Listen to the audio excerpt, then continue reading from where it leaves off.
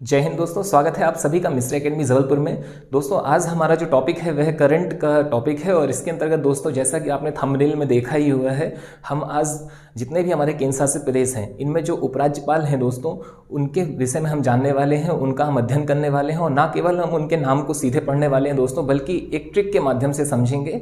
चूँकि यह करंट का मुद्दा है और इनसे निरंतर प्रश्न पूछे जाते हैं दोस्तों। जैसे यदि हम बात करें तो अभी विगत वर्षों में ही पुडुचेरी या पांडिचेरी के जो राज्यपाल थी हमारी किरण बेदी जी, उनके विषय में प्रश्न पूछे जा चुके हैं। दिल्ली के अनिल बैजल जी के विषय में पूछे जा चुके हैं। तो अब ये नाम परिवर्तित हो चुके हैं दोस्तों, तो इनके विषय में हम देखेंगे ट्रिक के माध्यम से। और ना केवल दोस्तों हम ये करंट का मुद्दा देखने वाले हैं, साथ ही दोस्तों हम जानेंगे कि आखिर क्या आवश्यकता हुई कि हमें केंद्र शासित प्रदेश या जो हमारे संघ शासित प्रदेश हैं या जो यूटीज़ वगैरह हैं, यूनियन टेरिटरी, हमें क्यों इनको बनाने की आवश्यकता हुई, इनके गठन की आवश्यकता क्यों हुई, हम इसके विषय में भी जानेंगे।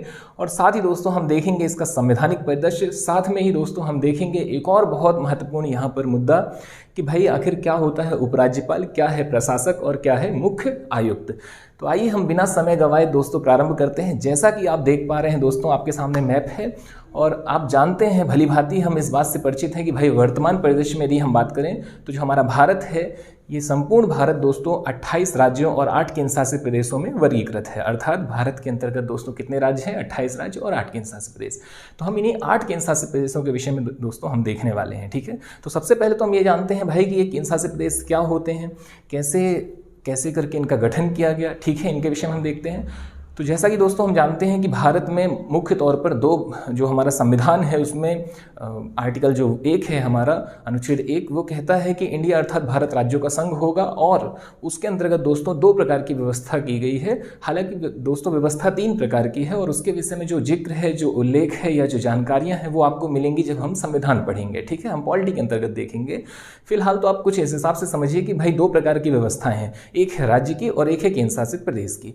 तो बात की जाए दोस्तों यदि राज्यों की, तो राज्यों के साथ जो व्यवस्थाएं हैं दोस्तों, यदि हम उसके विषय में देखते हैं तो हम पाएंगे कि यहाँ पर जो विषय हैं दोस्तों वो सूचियों के माध्यम से वर्गीकृत हैं। कुछ विषय जो है वो राज्य सूची के हैं, कुछ जो है केंद्र सूची के हैं।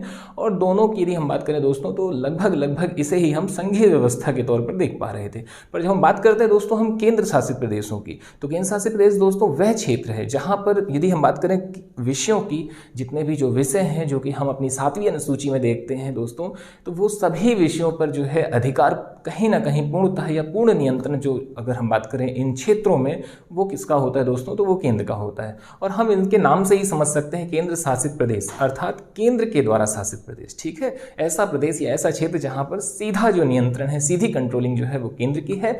और यहाँ पर दोस्तों जो प्रमुख होते हैं वो होते हैं राष्ट्रपति, और राष्ट्रपति अपने द्वारा नियुक्त जो अभिकर्ता होते हैं या जो एजेंट हम कहें या जो प्रशासक कहें या उपराज्यपाल कहें या जिन क्षेत्रों में इन्हें चुनाव नहीं, मुख्य आयुक्त जो कहा जाता है, तो हम ये सारी चीज़ें देखते हैं कि ये सभी किसके नियंत्रण में है दोस्तों, इनकी नियुक्ति कौन कर रहे हैं, ये कर रहे हैं राष्ट्रपति साहब। तो ये था दोस्तों हमारा केंद्र शासित प्रदेश की। एक केंद्र शासित प्रदेश होता क्या है? एक ऐसा क्षेत्र जहां पर पूर्ण नियंत्रण जो होता है वो किसका होता है? केंद्र का होता है। साथ ही दोस्तों यदि हम बात करें अब इसके गठन को लेकर के, ठीक है, हम अभी देखेंगे कि क्या नाम है, कहाँ के क्या उपराज्यपाल हैं, कौन है, हम इनके विषय में समझेंगे। लेकिन यदि हम बात करें दोस्तों इनके गठन को लेकर के कि गठन कब हुआ, कैसे इसकी शुरुआत हुई, ठीक है, तो इसके गठन को लेकर के दोस्तों आप नोट कर लीजिए कि एक महत्वपूर्ण जो बात है वो ये है भाई, ब्रिटिश शासनकाल में 1874 में, ठीक है, आप नोट कीजिए, आप ये जानकारी नोट कर लीजिए। ब्रिटिश शासनकाल में दोस्तों 1874 में कुछ अनुसूचित जिले हुआ करते थे, ठीक है। उन्होंने जो है कुछ क्षेत्र थे जिन्हें अनुसूचित जिले के रूप में अपना चिन्हित किया हुआ था, ठीक है। फिर यही आगे चल करके दोस्तों यही अनुसूचित जिले जो है मुख्य आयुक्तीय क्षेत्र में कन्वर्ट कर दिए जाते हैं, तब्दील कर दिए जाते हैं मुख्य आयुक्तीय क्षेत्र में। और इन्हें हम देखते हैं दोस्तों कि ये क्षेत्र जो है आगे चल करके धीरे धीरे इसी विकास के क्रम में जब भारत को आज़ादी मिलती है स्वतंत्रता के उपरांत, तो फिर यही क्षेत्र दोस्तों, और न केवल ये क्षेत्र बल्कि संपूर्ण भारत का क्षेत्र जो है हम पाते हैं कि कुछ भागों में बांट दिया जाता है, ठीक है, पार्ट्स में डिवाइड कर दिया जाता है। और जैसा कि हम जानते हैं, हम अच्छे से भली भांति इस बात से परिचित हैं भाई कि पार्ट्स जो हैं वो 4 थे, part A, part B, part C और पार्ट डी। तो हम पाते हैं दोस्तों कि वही जो क्षेत्र थे, जो अनुसूचित जिले थे, फिर जो अपन देखते हैं कि भाई जो एक आयुक्तीय क्षेत्र उनको बनाया जाता है, यही पूरे के पूरे दोस्तों उठा करके भाग सी और भाग डी में रख दिए जाते हैं। और भाग ए और भाग बी में हम पाते हैं यानी कि क, ख, ग और घ, यदि हम देखें श्रेणियाँ जो बटी हुई थी दोस्तों, तो हम हम पाते हैं उसमें जो स्वतंत्रता के उपरांत ये 4 डिवाइडेशन था, जो विभाजीकरण था या जो वर्गीकरण था दोस्तों, यदि हम पाएँ तो यहाँ पर सी और डी में हम पाएंगे कि हमारे केंद्र शासित प्रदेशों का जिक्र किया गया था या इन्हें उठाकर वहाँ पर रखा गया था। अच्छा, अब यहाँ पर महत्वपूर्ण ये है दोस्तों कि ये व्यवस्था कब तक रही, और एक और महत्वपूर्ण बात, पार्ट ए में कौन था, पार्ट बी में कौन था, पार्ट सी में कौन था और पार्ट डी में कौन था, इससे भी प्रश्न उठते हैं। यहाँ पर मैं आपको बता दूं, आपकी जानकारी के लिए इंपॉर्टेंट है कि भाई जो पार्ट डी है उसमें था दोस्तों अंडमान निकोबार द्वीप समूह, ठीक है, और बाकी जो थे वो पार्ट सी के अंतर्गत आ रहे थे, और पार्ट ए में बड़े क्षेत्र थे, पार्ट बी में उससे कुछ छोटे क्षेत्र थे। इनका जिक्र दोस्तों हम कहाँ पर करेंगे, तो इसका उल्लेख आपको मिलेगा जब हम संविधान पढ़ेंगे। तो फिर दोस्तों आगे होता क्या है, इसी क्रम में दोस्तों आगे चल करके होता यह है कि भाई एक आप पाएंगे कि साउथ में, ठीक है, भाषाई आधार पर जो है मांग उठती है श्री रामुल्लू के नेतृत्व में, और फिर श्री पोटी रामुल्लू जी का जब देहांत हो जाता है, जब वो भूख हड़ताल पर होते हैं, उसके उपरांत दोस्तों आनंद फानंद में भाषाई आधार पर एक राज्य का गठन कर दिया जाता है। और वह राज्य कौन सा होता है दोस्तों, ये आप कमेंट बॉक्स पर बताएंगे, ठीक है। तो फिर दोस्तों होता क्या है, उस राज्य के गठन के उपरांत, ठीक है, अब लगभग संपूर्ण भारत से जब डिमांड आने स्टार्ट हो जाती है, सभी की एक मांग होती है कि भाई भाषाई आधार पर हमें भी एक राज्य चाहिए, ठीक है। फॉर एग्जाम्पल के लिए दोस्तों, यदि आपने साउथ में एक जो है भाषा के आधार पर राज्य का गठन किया, आपने आंध्र प्रदेश का गठन कर दिया है, ठीक है, वो तिथि कौन सी है दोस्तों, अब आप ये बताइए, नाम तो मैंने बता ही दिया, तो 1953 में वो तिथि आप बताएंगे, ठीक है। तो 1953 में दोस्तों जब गठन कर दिया जाता है, इसके उपरांत जो है क्या होता है, पंजाब में भी मांग उठती है, ठीक है, हम देखते हैं नॉर्थ ईस्ट में भी मांग उठ रही होती है। फलस्वरूप दोस्तों होता है क्या है कि एक जो है आयोग का गठन किया जाता है, उसे हम कहते हैं फजल अली आयोग या राज्य पुनर्गठन आयोग। तो फजल अली की अध्यक्षता में दोस्तों, ठीक है, न्यायमूर्ति हैं ये रिटायर्ड, और इनकी अध्यक्षता में 1953 में एक आयोग का गठन किया जाता है। और इस आयोग को दोस्तों ये जिम्मेदारी दी जाती है, ये जिम्मेदारी दी जाती है, क्या जिम्मेदारी होती है इनकी, कि भाई आपका क्या काम है, आपको ये बताना है कि क्या भाषा के आधार पर यदि हम गठन कर रहे हैं, या हम भाषा के आधार पर करें या ना करें, या क्षेत्रीय आधार पर हो या भौगोलिक आधार पर हो, ये कैसा हो वर्गीकरण, ये आप बताइए, आप बढ़िया से, ये अब आपकी जिम्मेदारी है, ठीक है। साथ में दोस्तों उनके साथ में 2 लोग होते हैं उस टीम में, उस आयोग में। एक का नाम है दोस्तों हृदयनाथ कुंजरू और एक है दोस्तों KM पडिक्कर। तो दोस्तों ये जो हैं आगे चल करके अपनी रिपोर्ट देते हैं 1955 में, और 1956 में 1956 में दोस्तों इनकी रिपोर्ट के अनुसार ही 7वां संविधान संशोधन होता है 1956 में, या हम इसे कह सकते हैं कि 7वें संविधान संशोधन विधेयक 1956 या राज्य पुनर्गठन आयोग जो विधेयक है, या फजल अली आयोग, ठीक है, इनके इसी के दोस्तों क्या होता है कि जब इसके परिणाम स्वरूप एक संविधान संशोधन होता है 1956 में, जिसे हम कहते हैं 7वां संविधान संशोधन दोस्तों, और इसके अंतर्गत भारत में 14 राज्य और 6 केंद्र शासित प्रदेशों का गठन कर दिया जाता है। तो हम पाते हैं दोस्तों कि आखिर ये केंद्र शासित प्रदेश के गठन की जो व्यवस्था है वो कब से हमें देखने मिली, तो ब्रिटिश शासनकाल से ही अनुसूचित जिलों के रूप में देखने मिली। फिर और आगे चल के धीरे धीरे क्या हुआ दोस्तों, एक रूपरेखा बननी स्टार्ट हुई, और हमने पाया कि जब मूल संविधान जब गठित हुआ तो उसमें जो जिक्र हुआ था भाग के द्वारा जो बांटा गया था, तो वो कैसा था, पार्ट्स रूप में था। और वो पार्ट कैसे थे दोस्तों, part A, part B, part C और पार्ट डी। और हमारे केंद्र शासित प्रदेश मुख्यतः कहाँ पर थे, पार्ट सी और पार्ट डी में, जिसमें से डी में दोस्तों केवल और केवल एकमात्र क्षेत्र था, वो कौन सा, बंगाल की खाड़ी में अवस्थित अंडमान निकोबार द्वीप समूह। तो ये थी दोस्तों यहाँ तक की यात्रा। इसके बाद होता क्या है दोस्तों, तो देखिए बात को आप समझिएगा, धीरे धीरे इनमें संशोधन होते चले गए। अर्थात हमने पाया कि राज्य कितने थे, 14 राज्य, और केंद्र शासित प्रदेश कितने थे, केंद्र शासित प्रदेशों की संख्या थी दोस्तों 6। लेकिन वर्तमान में यदि हम राज्यों की बात करते हैं दोस्तों, तो हमारे पास 28 राज्य हैं, और न केवल 28 बल्कि 2019 के पहले दोस्तों हमारे कितने राज्य हुआ करते थे, तो 29 राज्य हुआ करते थे और 7 केंद्र शासित प्रदेश हुआ करते थे। तो वो 29वां राज्य जो हमारा मतलब जो एक राज्य है दोस्तों, यदि हम बात करें कौन सा, हमारा जम्मू कश्मीर, उसे 2 भागों में वर्गीकृत कर दिया गया था। वहां से धारा 370 और जो हमारा 35A है इसे समाप्त किया गया था, और इसके उपरांत दोस्तों इसे केंद्र शासित प्रदेश बनाया गया। तो एक राज्य कम हुआ तो 28 राज्य हो गए, और 7 से 2 केंद्र शासित प्रदेश बढ़ गए, तो यानी कि 9 केंद्र शासित प्रदेश हो गए। फिर आगे चल करके दोस्तों 2 केंद्र शासित प्रदेशों को मर्ज कर दिया गया, ठीक है। कौन कौन से केंद्र शासित प्रदेश हैं दोस्तों, दादर नागर हवेली और दमन दीव। इसे दोस्तों 2020 में मर्ज कर दिया गया, 1 कर दिया गया। तो फिर केंद्र शासित प्रदेशों की संख्या 8 हो गई और राज्यों की संख्या 28 हो गई। अब बात यह है यहाँ पर बहुत महत्वपूर्ण है कि भाई यदि 28 राज्य हो गए हैं अभी वर्तमान में और 8 केंद्र शासित प्रदेश हैं, तो ये जो हमारे जो प्रारंभ में था, ठीक है, जब 1956 में वो विधेयक लाया गया और या फिर वो आयोग था जो फजल अली आयोग, ठीक है, उनकी अध्यक्षता में जो एक बात सामने रखी गई थी कि भाई 14 राज्य का गठन हुआ, 6 केंद्रशासित प्रदेशों का गठन हुआ दोस्तों।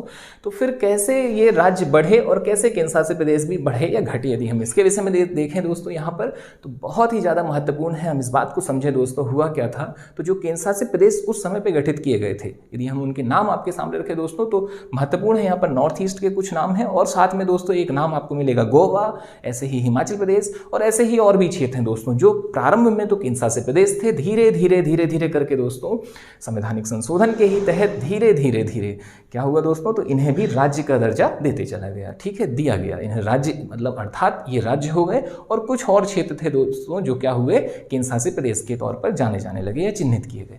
अब यहाँ पर महत्वपूर्ण ये है दोस्तों, हमने ये समझा कि भाई क्या है केंद्रशासित प्रदेश। अब इंपॉर्टेंट है कि केंद्रशासित प्रदेशों का गठन क्यों किया जाता है, आखिर क्या है, क्यों इनकी आवश्यकता हमें पड़ती है।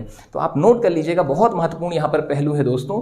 केंद्रशासित प्रदेशों के गठन करने के पीछे जो है अधोलिखित बिंदु होते हैं, ठीक है, इनके विषय में भी हम विस्तार से समझेंगे और इनका संवैधानिक परिदृश्य भी हम दोस्तों समझेंगे।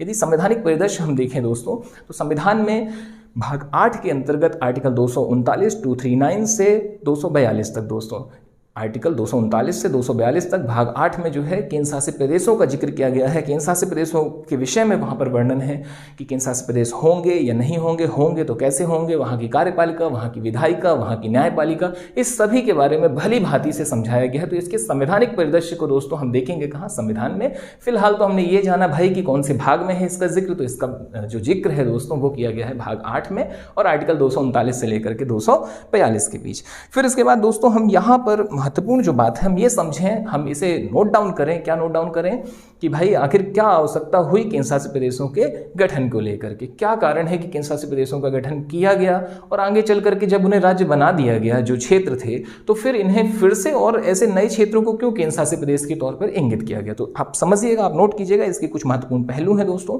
पहला इंपॉर्टेंट पहलू है राजनीतिक व प्रशासनिक परिदृश्य, दूसरा है दोस्तों सांस्कृतिक भिन्नताएं, फिर तीसरा यदि हम देखते हैं दोस्तों तो यहाँ पर एक महत्वपूर्ण जो पॉइंट है आपका वो है दोस्तों, आप नोट कीजिएगा इसे, इंपॉर्टेंट फैक्ट है एक और, सामरिक महत्व इनका, और अगला जो है दोस्तों इनका पिछड़ापन और अनुसूचित लोगों को या उनके लिए विशेष कुछ बर्ताव या देखभाल की जो व्यवस्था है वो की जाती है। मैं फिर से इसे दोहराना चाहूँगा दोस्तों, सबसे पहले जो है केंद्र शासित प्रदेश के गठन की यदि हम बात करते हैं कि क्या आवश्यकता है, उनके महत्वपूर्ण जो चरण है, जो पहलू हैं या जो बिंदु हैं दोस्तों, मुख्य बिंदु कि क्यों इनका गठन किया जाता है, उसके कारण क्या है, तो सबसे पहला है दोस्तों उसका राजनीतिक व प्रशासनिक परिदृश्य या राजनीतिक व प्रशासनिक सोच।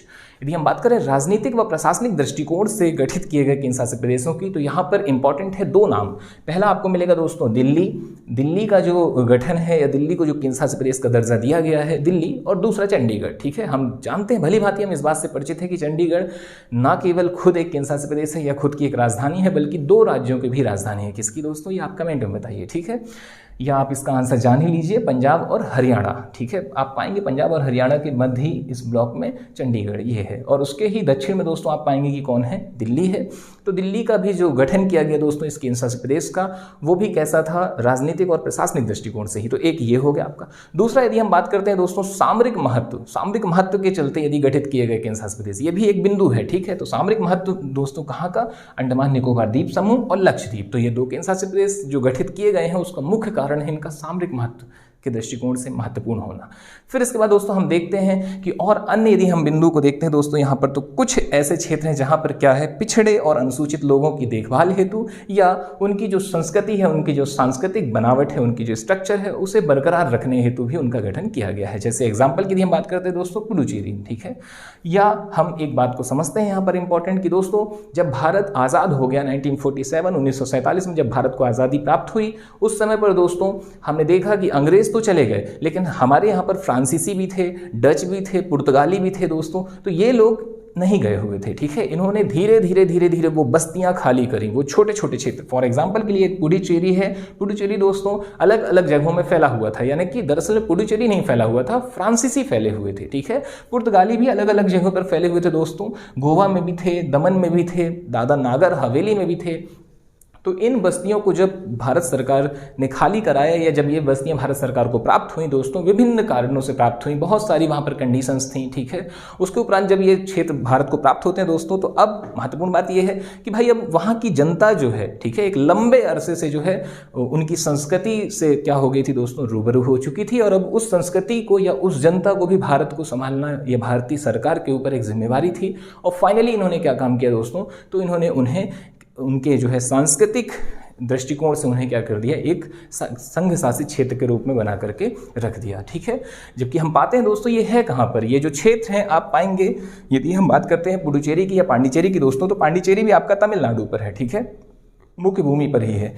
यदि हम अंडमान निकोबार द्वीप समूह को देखते हैं तो ठीक है वो अलग है, पर पांडिचेरी तो आपका मुख्य भूमि पर ही है। तो इस तरीके से दोस्तों हमने समझा कि आखिर क्या कारण होते हैं इनके गठन के, ठीक है। तो आप महत्वपूर्ण जो 4 कारण है उसे नोट कीजिएगा। क्या क्या कारण है, राजनीतिक और प्रशासनिक दृष्टिकोण से महत्वपूर्ण होना उनका, दूसरा उनका सामरिक महत्व, तीसरा क्या होता है दोस्तों, तो तीसरा है यहाँ पर इंपॉर्टेंट कि यदि वो पिछड़े क्षेत्र हैं, ये जनजातीय क्षेत्र हैं, तो उनकी संस्कृति और देखभाल के लिए, और चौथा जो है महत्वपूर्ण है दोस्तों उनका सांस्कृतिक दृष्टिकोण। तो ये सारे तथ्य और सारे बिंदु यहाँ पर महत्वपूर्ण है। फिर इसके बाद दोस्तों हम देखते हैं हमारा जो अगला था, इसके संवैधानिक परिदृश्य को हमने पहले ही बताया आपसे कि हम इसको कहां पर देखेंगे दोस्तों, संविधान में ही देखेंगे। अब आते हैं दोस्तों हम अपने महत्वपूर्ण बिंदु पे, जिससे जो हमें समझना था, जो हमारे करंट के लिहाज से महत्वपूर्ण है दोस्तों। क्या, तो बहुत ही महत्वपूर्ण बिंदु है यहाँ पर कि भाई अभी वर्तमान में तो हमारे यहाँ पर कितने राज्य हैं दोस्तों, 28 राज्य हैं, और केंद्र शासित प्रदेशों की संख्या कितनी है, 8। अब हमें 28 राज्य हम देखेंगे दोस्तों अपने नेक्स्ट वीडियो लेक्चर में। अभी फिलहाल तो हम 8 राज्यों पे देख रहे हैं दोस्तों, 8 केंद्र शासित प्रदेश, सॉरी 8 केंद्र शासित प्रदेश। अब बात की जाए 8 केंद्र शासित प्रदेशों की दोस्तों, तो हम इसे सबसे पहले तो नोट डाउन करें और समझें कि मैप में कहाँ पर है ये, और हम क्रम से समझते हैं और इसका क्रम भी पूछा जाता है, ठीक है। तो आप इसे नोट कीजिएगा, मैं इसे आपसे साझा करूंगा उत्तर से दक्षिण के क्रम में। तो यदि हम बात करें दोस्तों भारत में 8 केंद्र शासित प्रदेश, जैसा कि आप नाम देख पा रहे हैं दोस्तों, तो इन्हें यदि हम समझें क्रम से, तो सबसे ऊपर हम देखते हैं दोस्तों, सबसे पहले हमें उत्तर में कौन मिलता है, हमारा लद्दाख केंद्र शासित प्रदेश। फिर इसके बाद दोस्तों दूसरा कौन सा है, जम्मू कश्मीर, यानी कि जम्मू कश्मीर कहां पर है, लद्दाख के दक्षिण में। फिर इसके बाद दोस्तों तीसरा हम देखते हैं, तीसरा हमारा है चंडीगढ़, और फिर चंडीगढ़ के बाद दोस्तों हम चौथा केंद्र शासित प्रदेश देखते हैं, वो कौन सा है, वो है दिल्ली। तो इस तरीके से दोस्तों हमने 4 जो है यहाँ पर अपने केंद्र शासित प्रदेश देखे। कौन कौन से, मैं फिर से रिपीट करना चाहूंगा। सबसे पहले हमने देखा कौन सा दोस्तों, लद्दाख, लद्दाख के बाद जम्मू कश्मीर, जम्मू कश्मीर के बाद चंडीगढ़, और चंडीगढ़ के बाद दोस्तों हमको चौथा मिलता है महत्वपूर्ण, कौन सा, हमारा दिल्ली, जो कि हमारा राजधानी क्षेत्र भी है, ठीक है। फिर इसके बाद दोस्तों हम पाते हैं कि बीच से कर्क रेखा है, मतलब यहां से एक तथ्य और उजागर हो रहा है। कौन सा तथ्य दोस्तों, कि कर्क रेखा के उत्तर में कितने केंद्र शासित प्रदेश हैं और कर्क रेखा के दक्षिण में कितने हैं। तो देखिए याद रखना आसान है, आप 8 बनाएंगे और अगर बीचों बीच से आप कर्क रेखा निकालेंगे तो आप पाएंगे कि भाई 8 केंद्र शासित प्रदेश में बराबर ही ऊपर है और बराबर ही संख्या में क्या है दोस्तों, नीचे है, यानी कि 4 केंद्र शासित प्रदेश ऊपर है और 4 नीचे हैं। तो 4 हमने ऊपर वाले देख लिए कि भाई ऊपर कौन है, सबसे पहले लद्दाख, फिर जम्मू कश्मीर, उसके बाद चंडीगढ़ और उसके बाद दिल्ली। और अब जब हम नीचे उतरते हैं दोस्तों, तो हमने पाया कि सबसे पहले हमको मिल रहा है दादर नागर हवेली और दमन दीप। फिर उसके बाद दोस्तों हम और जब नीचे जाते हैं तो हम पाते हैं कि हमें कौन मिल रहा है दोस्तों, अंडमान निकोबार द्वीप समूह मिल रहा है। फिर और नीचे जाते हैं दोस्तों हम साउथ में, दक्षिण में, तो हमें मिल रहा है लक्षद्वीप, और सबसे नीचे हमें कौन मिलता है दोस्तों, पांडिचेरी। हालांकि यदि बोलें कि सबसे दक्षिणतम विस्तार या सबसे दक्षिणी बिंदु पर विस्तारित जो केंद्र शासित प्रदेश है वो कौन सा है दोस्तों, अंडमान निकोबार द्वीप समूह।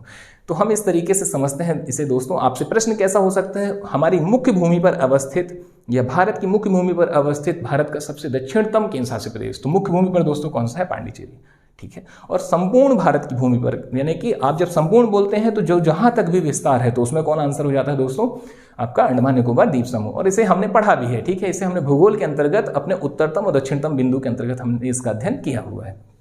अब दोस्तों हम यहाँ पर देखते हैं जो अगला हमारा महत्वपूर्ण बिंदु, हम सीधे पॉइंट पर आते हैं कि भाई इन क्षेत्रों में यदि हम देखें तो इन क्षेत्रों के जो राजधानियां हैं उनको देखते हैं और जो यहाँ पर वर्तमान में उपराज्यपाल है। अच्छा, एक और महत्वपूर्ण बिंदु दोस्तों आपसे बताना था, आपको साझा करना था, वो पॉइंट छूट रहा था।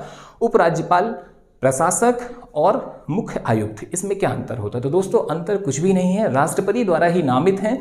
कुछ क्षेत्र हैं जहां पर इन्हें ही, उपराज्यपाल को ही दोस्तों, लेफ्टिनेंट गवर्नर को, एलजी को ही प्रशासक कहा जाता है। कुछ क्षेत्र हैं दोस्तों जहां पर मुख्य आयुक्त कहा जाता है, और कुछ क्षेत्र हैं जहां पर क्या कहा जाता है दोस्तों, उपराज्यपाल कहा जाता है। इन सभी का काम वही है और सभी भारत के राष्ट्रपति के जो है प्रसाद पर्यंत ही होते हैं, ठीक है। सभी भारत के सभी जगह पर जितने भी केंद्र शासित प्रदेश हैं पूर्णतः नियंत्रण जो होता है वो भारत के राष्ट्रपति का होता है। फिर इसके बाद हम बात करते हैं दोस्तों, तो सबसे पहले हम बात करते हैं अपने उत्तरतम लद्दाख की, सबसे उत्तर में अवस्थित, ठीक है, लद्दाख की राजधानी के लिए हम बात करते हैं। आप भी एक टेबल बना सकते हैं, एक नाम जो है वो केंद्र शासित प्रदेश का है, एक ब्लॉक, दूसरा ब्लॉक जो है दोस्तों राजधानी का है, तीसरा उसके जो स्थापना वर्ष है वो दर्शा रहा है, और चौथा जो है दोस्तों वहां के राज्यपाल के बारे में है, ठीक है, सॉरी उपराज्यपाल। तो यदि बात की जाए दोस्तों लद्दाख की, तो लद्दाख में राजधानी आप पाएंगे कि लद्दाख की 2 राजधानियां हैं। कौन कौन सी हैं? पहली राजधानी दोस्तों हमें मिल रही है लेह और दूसरी मिल रही है कारगिल। यहां आप नोट कर लीजिएगा, ठीक है, दोनों राजधानियां हैं।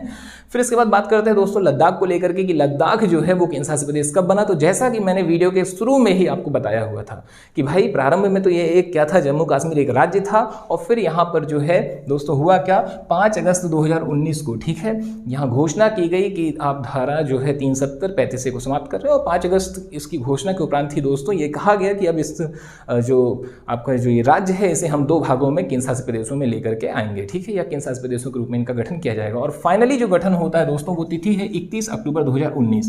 याद रखना बहुत आसान है दोस्तों। देखिए 31 अक्टूबर एक तिथि है जो कि सरदार वल्लभ भाई पटेल जी से जुड़ी हुई है। तो आप पाएंगे कि सरदार वल्लभ भाई पटेल जी का जो प्रमुख दिन है वो 31 अक्टूबर है। तो हम याद रख सकते हैं कि आखिर देश को एकीकृत करने में मुख्य भूमिका वल्लभ भाई पटेल जी ने ही निभाई थी। तो हम जब इसे देखते हैं कि हम अपने क्षेत्र में ला रहे हैं या केंद्र शासित प्रदेश में या धारा 370 हटा रहे हैं दोस्तों, तो मुख्य तौर पर ये कहीं ना कहीं हम सम्मान स्वरूप ही हमने उसी दिनांक को चयनित किया। तो 31 अक्टूबर आप ऐसे याद रख सकते हैं, ठीक है, और 2019 वो समय है।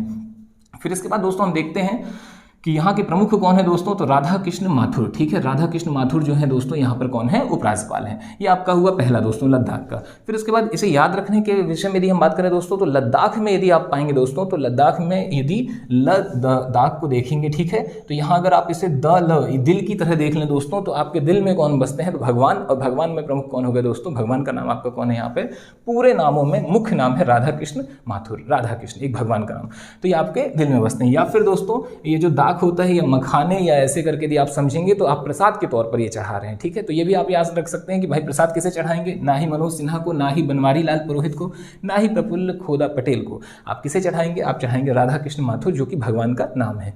फिर इसके बाद दोस्तों हम आगे बढ़ते हैं बिना समय गवाए। दूसरा हमारा जो है दोस्तों वो है JNK, जम्मू कश्मीर। और जम्मू कश्मीर केंद्र शासित प्रदेश के विषय में आपको जानकारी दे दें दोस्तों, यहाँ पर महत्वपूर्ण है कि इसकी भी 2 राजधानियां हैं। पहली राजधानी कौन है दोस्तों, पहली राजधानी है श्रीनगर और दूसरी है जम्मू। यदि बात करें दोस्तों हम जम्मू की, तो जम्मू शीतकालीन राजधानी है और श्रीनगर कैसी राजधानी है दोस्तों, ग्रीष्मकालीन राजधानी है। और यदि बात की जाए बाकी पूरी प्रोसेस, स्थापना वर्ष, तो वो सेम है, एज इट इज रिपीटेड, यानी कि 5 अगस्त 2019 को घोषित और 31 अक्टूबर 2019 को इसका क्या हुआ दोस्तों, स्थापना हुआ या गठन हुआ। तो यहाँ आपका जो है ये जम्मू कश्मीर की स्थापना वर्ष भी क्लियर होती है। फिर बात करते हैं दोस्तों हम जम्मू कश्मीर को लेकर के एक महत्वपूर्ण जो बिंदु है आपके सामने, वो क्या है कि यहाँ के उपराज्यपाल। यदि बात करें दोस्तों हम उपराज्यपालों की, ठीक है, हालांकि उसके पहले आप पाएंगे कि मैंने प्रशासकों के विषय में भी कहा था, तो प्रशासक जहां पर भी होंगे दोस्तों उसको इन्वर्टेड कोमा में लिख करके जिक्र कर दिया जाएगा कि भाई यहाँ पर कौन है, प्रशासक। JNK की बात करते हैं दोस्तों, तो महत्वपूर्ण है यहाँ पर कि भाई जम्मू कश्मीर का आपको ना केवल अभी वर्तमान के मनोज सिन्हा याद रखना है, बल्कि यहाँ के पहले जो LG थे, ठीक है, जो पहले यहाँ के प्रशासक कहें या उपराज्यपाल कहें जो थे, उनका नाम आप नोट कर लीजिएगा, गिरीश चंद्र मुर्मू, ठीक है। तो पहले कौन थे दोस्तों यहाँ पर, पूर्व में कौन थे, पूर्व में थे गिरीश चंद्र मुर्मू, ये एक नाम बहुत इंपॉर्टेंट है, ठीक है, गिरीश चंद्र मुर्मू। और अभी वर्तमान में कौन है दोस्तों, तो मनोज सिन्हा। देखिए याद रखना बहुत आसान है, जम्मू कश्मीर दोस्तों, जम्मू कश्मीर की वो घाटी या जम्मू घाटी, ये सारे विवादों के जो है केंद्र हैं, बहुत विवादास्पद क्षेत्र हैं ये दोस्तों। यहाँ पर बहुत विवाद होते हैं आतंकवादी के भी, और साथ में वहाँ के कुछ ऐसे अपवाद जो हैं दोस्तों उनके। तो हमें तो फिलहाल यहाँ पर याद रखना है। तो हमने याद रखने का तरीका देखा कि भाई ऐसी जगहों में कोई शेर आदमी ही चाहिए, ठीक है, कोई सिंह के टाइप का ही चाहिए। तो हमने याद रख लिया कि मनोज सिन्हा, यहाँ शांत व्यक्ति नहीं चाहिए, ठीक है, यहाँ पुरोहित वगैरह नहीं चलेंगे, यहाँ पे दोस्तों भगवान की प्रवृत्ति या भगवान की तरह नाम वाले भी नहीं चलेंगे। यहाँ पे कौन चलेगा दोस्तों, शेर की तरह चाहिए, जो दहाड़े इन्हें, ठीक है, जो आतंकवादियों को दहाड़ करके भगा दे अपने क्षेत्र से। तो मनोज सिन्हा, हमने शेर से याद रख लिया दोस्तों, सिन्हा, ठीक है। फिर इसके बाद दोस्तों हम इसी के विषय में देखेंगे कि यहाँ पर जो पहले थे या जो इनके पूर्व में थे दोस्तों, वो कौन है, LG, उनका नाम है गिरीश चंद्र मुर्मू। और गिरीश चंद्र मुर्मू के विषय में दोस्तों आप नोट कर लीजिएगा, बहुत महत्वपूर्ण यहाँ पर फैक्ट है, वर्तमान में कौन है, तो वर्तमान में कैग है, ठीक है, CAG कैग। कैग का फुल फॉर्म आप बताएंगे दोस्तों। भारत के नियंत्रक एवं महालेखा परीक्षक हैं वर्तमान में कौन? गिरीश चंद्र मुर्मू जी।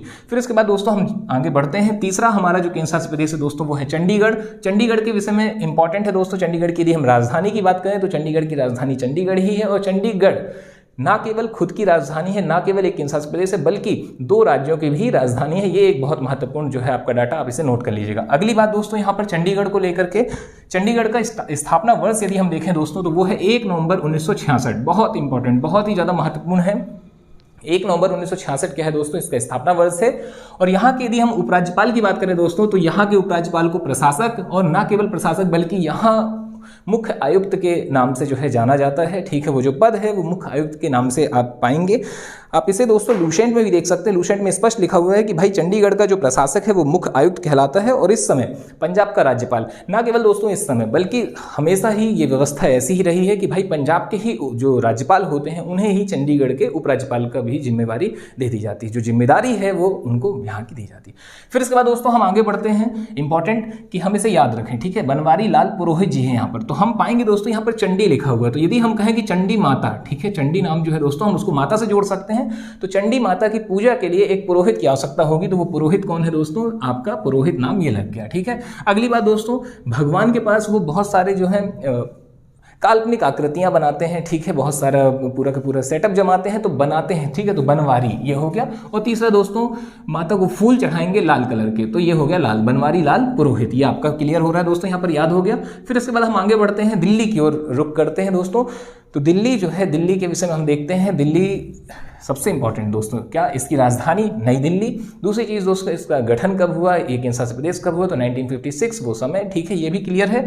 इसके बाद दोस्तों हम पाते हैं दिल्ली के विषय में, और ना केवल दिल्ली दोस्तों, इसके पहले हम JNK में भी देखेंगे और नीचे चल के हम पांडिचेरी में भी देखेंगे दोस्तों। ये 3 ऐसे केंद्र शासित प्रदेश हैं जहाँ पर विधानसभा है, ठीक है। विधायिका है, विधानसभा है, विधानसभा की कुछ सदस्यीय सीटें हैं। तो इनके विषय में भी दोस्तों हम प्रॉपर तरीके से समझेंगे अपने कहाँ पर दोस्तों, संविधान के सेक्शन में। अभी फिलहाल हम देखते हैं कि भाई कितने सदस्यीय यहाँ पर विधानसभा है, ठीक है। तो यहाँ पर विधानसभा है दोस्तों दिल्ली में 70 सदस्य। और विधानसभा होने का सीधा सा मतलब है, क्या मतलब है कि भाई यहाँ पर क्या होंगे, एक CM भी होंगे। और हम जानते हैं दिल्ली के CM का नाम दोस्तों क्या है, तो दिल्ली के CM का नाम है दोस्तों, मुख्यमंत्री का नाम है यहाँ पर अरविंद केजरीवाल जी, आम आदमी पार्टी, ठीक है। अगली बात दोस्तों बहुत महत्वपूर्ण कि क्या हर केंद्र शासित प्रदेश में विधायिका होगी, तो ऐसा आवश्यक नहीं है। इसकी कुछ मापक पैमाने हैं, कुछ मानदंड है, ठीक है। तो उनके विषय में, मापदंड के विषय में दोस्तों हम समझेंगे कहाँ पर, अपने संविधान में। फिलहाल तो हम आगे बढ़ते हैं। तो हमने पाया कि भाई दिल्ली में कितने सदस्य विधानसभा है दोस्तों, तो 70 सदस्य है, 70, ठीक है। पांडिचेरी में दोस्तों 30 सदस्य। और JNK के विषय में दोस्तों अभी डाटा हो सकता है कि कुछ और अपडेट हो तो आप अपडेट कर लीजिएगा, लेकिन फिलहाल की स्थिति में 83, ठीक है। 83 एक मानक पुस्तक है, उसमें 83 देखने मिल रहा है, तो 83 यहाँ पर है। इसे भी आप नोट डाउन कर लीजिएगा। यानी कि 3 केंद्र शासित प्रदेशों में क्या है दोस्तों, विधानसभा है, ठीक है। कौन कौन से? JNK, जम्मू कश्मीर, दिल्ली और पांडिचेरी। अब दिल्ली के विषय में दोस्तों हम आगे बढ़ते हैं। दिल्ली के विषय में दोस्तों हम देखते हैं कि NCR, नेशनल कैपिटल रीजन, राष्ट्रीय राजधानी क्षेत्र, ठीक है। इसे राष्ट्रीय राजधानी क्षेत्र का भी दर्जा दिया गया, और उसी समय पर ही दोस्तों, उसी संविधान संशोधन के द्वारा ही क्या किया गया था दोस्तों, यहाँ पर दिल्ली को विधानसभा की सीटें भी दी गई, विधायिका भी दी गई, ठीक है। अर्थात यहाँ पर अब मुख्यमंत्री होंगे, मंत्रिपरिषद होगी, इसकी व्यवस्था भी की गई थी। तो बात यह है कि भाई कब दिया गया इसे NCR, कब इसे घोषित किया गया, ठीक है। नेशनल कैपिटल रीजन या राष्ट्रीय राजधानी क्षेत्र कब इसे बनाया गया दोस्तों, तो 69वें संविधान संशोधन विधेयक के द्वारा 1991, ठीक है। 1991 में आए थे 69वां संविधान संशोधन विधेयक, और इसी के तहत, इसी के पारित होने के उपरांत 1992 में इसे NCR घोषित किया गया, ठीक है। 1991, 1992 ही वो समय मिलता है। फिर इसके बाद दोस्तों हम आगे बढ़ते हैं। इनके विषय में यदि हम जाने, दिल्ली के उपराज्यपाल का हम नाम देखें, LG जो कहा जाता है, बहुत सुर्खियों में रहते हैं दोस्तों। दिल्ली बहुत सुर्खियों में रहती है, ठीक है। क्यों ना रहे भाई, हमारा राजधानी क्षेत्र है, ठीक है।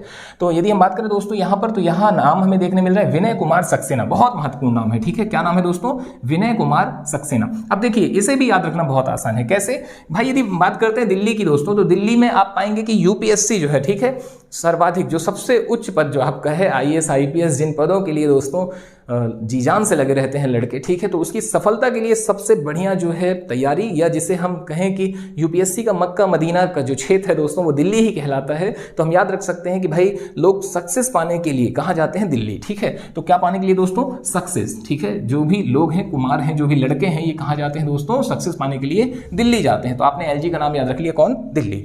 फिर इसके बाद बात ये आती है कि ये कौन से नंबर के LG हैं, तो ये 22वें नंबर के LG हैं, ठीक है। लेफ्टिनेंट गवर्नर हैं, उपराज्यपाल है कौन से क्रम के, 22वें क्रम के। और महत्वपूर्ण यह है कि इनके पूर्ववर्ती कौन है, इनके पहले कौन थे दिल्ली में, तो इनके पहले थे दोस्तों बहुत महत्वपूर्ण नाम अनिल बैजल, वो भी याद रहेगा। जितने भी महानगर है दोस्तों ये बिना जल के होते चले जा रहे हैं, यहाँ भूमिगत जल जो है, अंडरग्राउंड वाटर जो है उसका स्तर निरंतर गिरता चला जा रहा है, तो हम याद रख सकते हैं कि दिल्ली बिना जल, बैजल, ठीक है। तो इसके पहले कौन थे दोस्तों, बिना जल, बैजल। और अभी वर्तमान में कौन है दोस्तों, विनय कुमार सक्सेना। क्योंकि दिल्ली लोग क्यों जा रहे हैं लड़के, क्योंकि दिल्ली यूपीएससी का हब है, जोन है, मक्का मदीना है, तो सक्सेस पाने के लिए जा रहे हैं। और वो बच्चे जब तैयारी करते हैं, जब सक्सेस पा लेते हैं तो बहुत ही विनय हो जाते हैं, ठीक है। उनका जो नेचर है वो कैसा है, बहुत ही विनयपूर्ण हो जाता है। फिर इसके बाद हम बात आगे बढ़ाते हैं दोस्तों। अगला जो हमारा इंपॉर्टेंट नाम है यहाँ पर वो है दादर नागर हवेली और दमनदीप। तो हमने पाया कि दादर नागर हवेली और दमनदीप दोनों अलग अलग थे दोस्तों। आप पाएंगे कि गुजरात के ब्लॉक पे एक जगह पे आपको जो है आप पाएंगे खंबात के पश्चिम की ओर आपको मिल रहा है कौन, दीव, और पूर्व की ओर मिल रहा है दोस्तों आपको गुजरात में दमन, और इसी गुजरात और महाराष्ट्र की सीमा पर आपको मिलता है दोस्तों दादर और नागर हवेली। आप मैप ओपन कर लीजिए एक एटलस, और उसमें भी आप देख सकते हैं अलग अलग थे दोस्तों। इन्हें मर्ज किया गया, इन्हें मर्ज कब किया गया, इन्हें एक कब किया गया, तो वो तिथि इंपॉर्टेंट है दोस्तों। तो वो तिथि है घोषित की गई थी, घोषणा हुई थी 26 नवंबर 2019 को, और इसे जो है पारित कब किया गया, ठीक है, कब ये अपने जो है चीज़ें प्रॉपर तरीके से वर्क की, तो वो तिथि है दोस्तों 26 जनवरी 2020, यानी कि 26 जनवरी 2020 को इनको क्या कर दिया गया दोस्तों, एक कर दिया गया, ठीक है। ये आपका एक क्लियर होता है। इसके बाद महत्वपूर्ण है इसकी राजधानी क्या है दोस्तों। तो जब अलग अलग थे तो राजधानियां क्या थी ये भी पूछा गया है। तो दादर नागर हवेली की राजधानी थी सिलवासा, और दमनदीप की राजधानी थी दोस्तों दमनदीप ही, ठीक है। वर्तमान में कौन है दोस्तों राजधानी, वर्तमान में दमन है राजधानी, आप इसे नोट कर लीजिएगा। दादर नागर हवेली और दमनदीप की राजधानी है दमन। अब बात आती है यहाँ पर कौन है दोस्तों, तो यहाँ पर होते हैं प्रशासक। अब इन प्रशासक के विषय में हम समझते हैं कि इनका नाम क्या है दोस्तों, तो इनका नाम है प्रफुल्ल खोदा पटेल। अब देखिए याद रखना बहुत आसान है, कैसे, दादर नागर हवेली, ठीक है। दादर में हम देखें तो दादा शब्द आ रहा है, तो दादाजी की जो है नगर में हवेली है, ठीक है। दादाजी की जो है, दादाजी के नगर में हवेली है, दादर नागर हवेली। और उस हवेली में दोस्तों यदि हम पाएंगे कि हम हवेली में पहुंचते हैं तो हम बहुत प्रफुल्लित हो उठते हैं, ठीक है। क्यों हम प्रफुल्लित हो उठते हैं भाई, क्योंकि दादा या नाना के घर जाकर के कौन प्रफुल्लित नहीं होता है दोस्तों, ठीक है। तो हम कैसे हो जाते हैं, प्रफुल्लित हो उठते हैं हम जब उस हवेली को देखते हैं। दूसरी चीज़ दोस्तों, हम यदि इसे एक दूसरे दृष्टिकोण से देखें दोस्तों, तो उस हवेली में यदि हमें खजाना मिल गया, ठीक है, दादाजी का खजाना, तो भी हम कैसे हो जाएंगे, निश्चित तौर पर हम प्रफुल्लित हो जाएंगे। तो यहाँ पर खोदा मिल रहा है, तो अपन ने क्या किया, खोदा, और फिर हम क्या हो गए दोस्तों, प्रफुल्लित हो गए। तो ये हमें खजाना मिलने के बाद तो हमने एक ऐसे भी याद रख लिया, ठीक है। तो ये क्या नाम है आपका दोस्तों, प्रफुल्ल खोदा पटेल। फिर इसके बाद हम आगे बढ़ते हैं दोस्तों। इसमें अगला हमारा इंपॉर्टेंट नाम है लक्षद्वीप। लक्षद्वीप की यदि हम बात करते हैं दोस्तों, तो लक्षद्वीप की जो राजधानी है वो क्या है, वो है कावारत्ती, ठीक है। लक्षद्वीप की राजधानी बहुत इंपॉर्टेंट है कावारत्ती। आप कमेंट करके बताइएगा यदि आपने पढ़ा है कि कौन से द्वीप पर अवस्थित है ये कावारत्ती, ठीक है। और साथ ही अंडमान निकोबार द्वीप समूह की राजधानी पोर्ट ब्लेयर के विषय में भी बताइएगा कि कौन से द्वीप पर है, क्योंकि अंडमान निकोबार द्वीप समूह दरअसल में द्वीपों का एक समूह है। फिर इसके बाद हम आगे बढ़ते हैं दोस्तों। 1 नवंबर 1956 को जो है लक्षद्वीप का गठन किया गया था, स्थापना वर्ष आपके सामने है। और दूसरी चीज़ इंपॉर्टेंट और बहुत महत्वपूर्ण कि यहाँ पर जो है कौन है, यदि हम बात करें उपराज्यपाल दोस्तों, तो यहाँ पर अतिरिक्त प्रभार दिया गया है किसे, प्रफुल्ल खोदा पटेल जी को। ये भी हम याद रख लेंगे दोस्तों। लक्ष्य, यदि हम लक्ष्य पा लिया हमने, तो भी हमें क्या होगा दोस्तों, हम प्रफुल्लित हो उठेंगे। तो हमने याद रख लिया कि भाई लक्षद्वीप के कौन है, प्रफुल्ल खोदा पटेल, ये भी आपका क्लियर होता है।